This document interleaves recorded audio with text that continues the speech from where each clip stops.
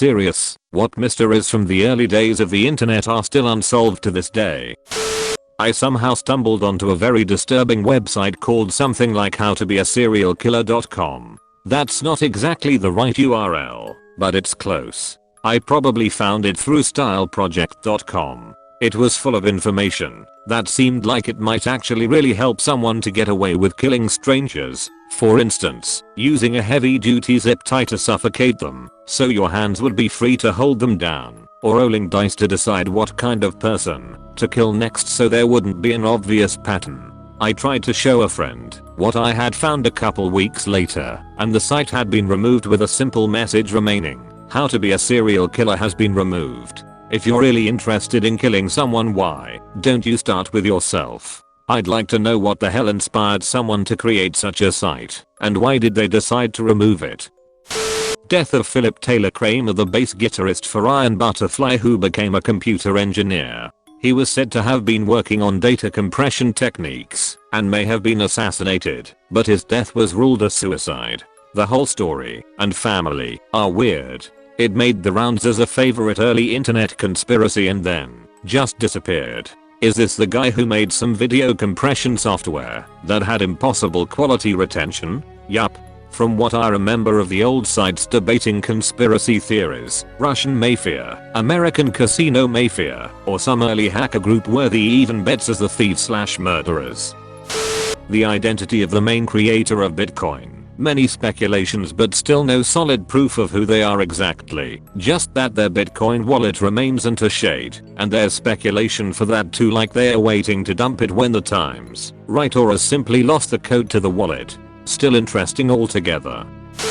I remember that extremely creepy video of a young guy with longish hair and a very odd way of speaking. I think it was a combination of accent and speech impediment, talking about grave robbing and how to prep the remains for sale. I remember specifically him going into great detail into how to properly clean out the skulls so they wouldn't rattle when you shook them. Nobody ever came up with an identity, location, or even a solid answer for who was buying the human remains or why. Anyway, I haven't been able to stop thinking about it for a long time because last year a man where I live was arrested for doing the exact same thing. He was digging up graves, taking the remains, and methodically cleaning them for sale. Sale to who? For what reason? It literally drives me insane. Edit. Grave robbing for morons. Double edit. Extremely creepy rip from the original VHS. Lake City Quite Bills. Old Reddit user who used to post here in the really old days, before subreddits even I think, died. Their friend took over their Reddit account for a bit, and let Reddit know. Eventually people noticed the user was linked to some site, I think it was porn or something, which in turn contained message logs. These message logs were all pretty cryptic. The logs eventually mentioned holding a service for the dude who died, but gave weird requirements like not giving your real name to hotel staff, not being told only American currency and to remain low profile. Stuff like that. People are a bit suspect of this, and during the same night this party is meant to be happening, some mobster is killed close to the venue of it by hitmen. Website after a while was taken down and all that remains are screenshots of the original logs. Barely Sociable has a vid about the topic on YouTube which will do it far more justice than I have here, but it is certainly the oldest thing I know of. The Death Valley Germans, 1996. In short, German family gets lost in Death Valley, car gets found, family never surfaced again. Up until today, they are still missing without a real trace. Edit. As another editor has pointed out, they actually found some of the father's bones, at least. In the early days of the internet there was a site which purported to show a massive submarine base being built in the middle of the Amazon. It was documented through a series of photos developed from a camera that had been found in the jungle. The theory was that the camera had been thrown from an airplane that had flown over the base just prior to being shot down. This is not a drug submarine base, but rather something else entirely. It was in the middle of the Brazilian Amazon, far from any body of water, and the submarine itself was giant. The conjecture was that the elite of the world knew something about coming cataclysmic floods that would envelope the planet, and so had built themselves an escape submarine, an ark, out there in the sticks. I saw this site in the very early days of the web. It was one of the few sites to visit with the new web browsers of the time. But try as I might, I simply cannot find any trace of this site anymore. It has vanished, and even the Internet Archive has no reference to it. Was pretty interesting, that's for sure. The sub looked huge and the pictures of it quite legitimate. The guy who went caving. He ends his blog with backquote, "I'll let you know what I find." And then it just ends. Google Ted's caving, and it's the first result. I remember there was a video of like a tap dancing bunny girl. It was off-putting BC, it seemed like it was filmed with a VHS, and one of her legs was bigger than the other, I think. If I remember correctly, the last few seconds of the video she slowly walks toward the camera and the music stops. It haunted my existence. I have no idea where I saw it as a kid, or why. I probably wouldn't even want to watch it now due to how it traumatized me as a kid. Holy shit, yes. It got turned into a GIF too. I forgot about this until reading your comment. The Goddess Bunny. Apparently it's a documentary too. It was so off-putting and creepy. This channel 12 videos, all of them featuring what's assumed to be a dead body in a bag, named Daisy, literally gives off the worst feeling ever. There was a blogger named Rance in the early 2000s who was rumored to be a celebrity, since his posts contained a lot of detail about other celebs. At the time I think some people thought it was George Clooney, but whoever it was abruptly stopped posting.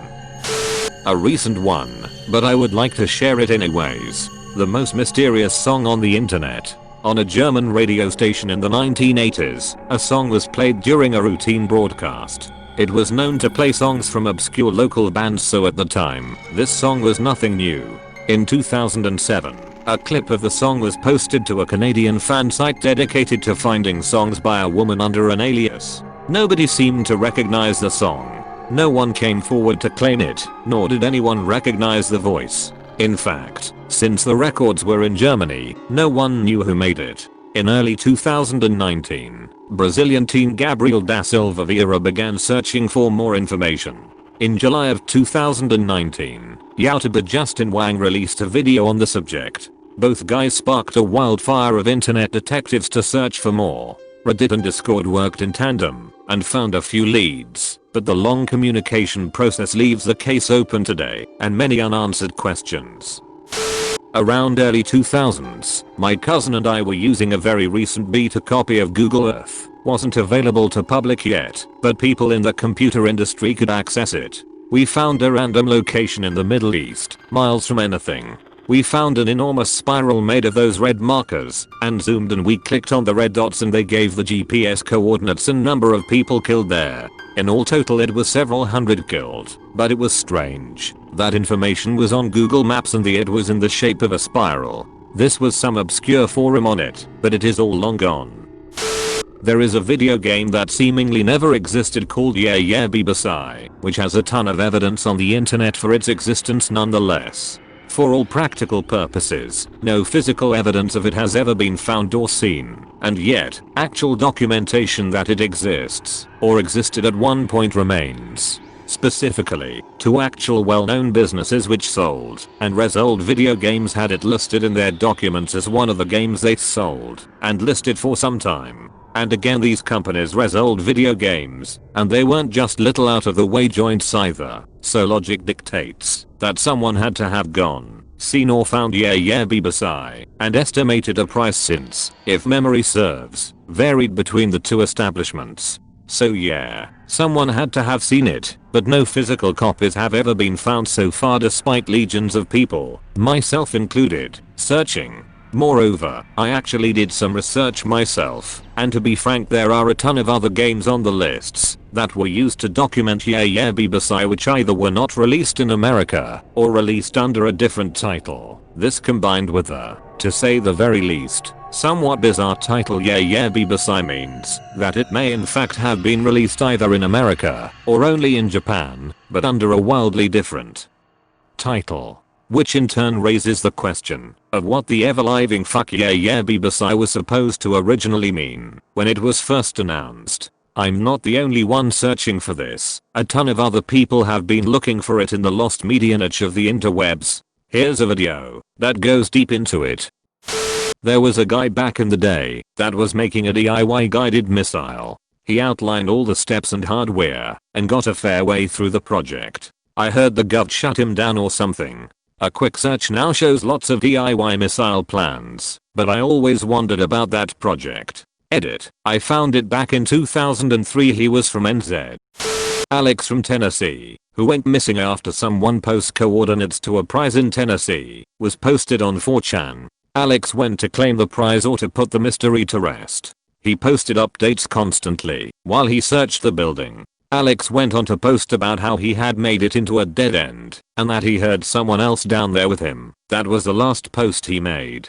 To this day people are really sure what happened and most assume it was foul play, but no one is certain what happened to him. Thanks for watching and remember to like and subscribe for more. See ya later.